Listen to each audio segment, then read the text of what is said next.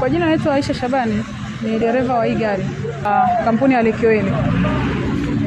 Wakati natoka Morogoro kulikuwa na mvua kali sana. Kwa hiyo nikawa natembea mwendo mdogo sana. Sasa kufika hapo nikaona fusho inatokea huko, ile ambayo imedondoka kule. Nilikuwa nakuja kwa kasi sana. Wao alipofika hapo kuna bajaji ilikuwa imepaki pembeni upande wa kushoto kwake. Nadhani imepaki au ilikuwa inatembea. Sijaangalia vizuri kwa sababu kulikuwa na mvua sana. Sasa yeye akaiovertake kuniwahi mimi. Kwa hiyo alipoiovertake hakuweza kurudi kushoto kwake, alikuja moja kwa moja kwangu.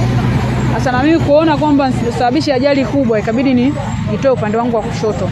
Ndio kama mnavyoiona gari hapa ilipofika. Kwa majina naitwa Isa Saidi, mkazi wa hapa Kasanga. Nilikuwa pale kijiweni, kuna mvua fulani hivi ilikuwa inanyesha. Huyu sister alikuwa anatokea huku chini, alikuwa saiti yake, lakini ule dereva fuso aliovertake kibajaji. Alivyovertake kile kibajaji ndo akakutana na udada. Udada hakutaka kugongana naye uso kwa uso, ndo kajitahidi ndo kaeka gari hapo unavyoiona.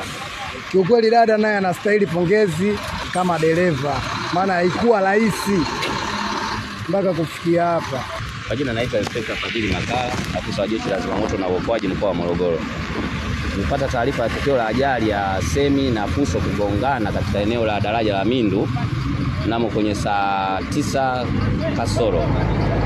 Kwa hiyo wananchi walifanya jitihada za kumnasua huyo mwananchi alionasa, lakini ikashindikana. Ikabidi tupige taarifa ya polisi, sisi fire tumefika na tumeweza kumnasua akiwa katika hali nzuri.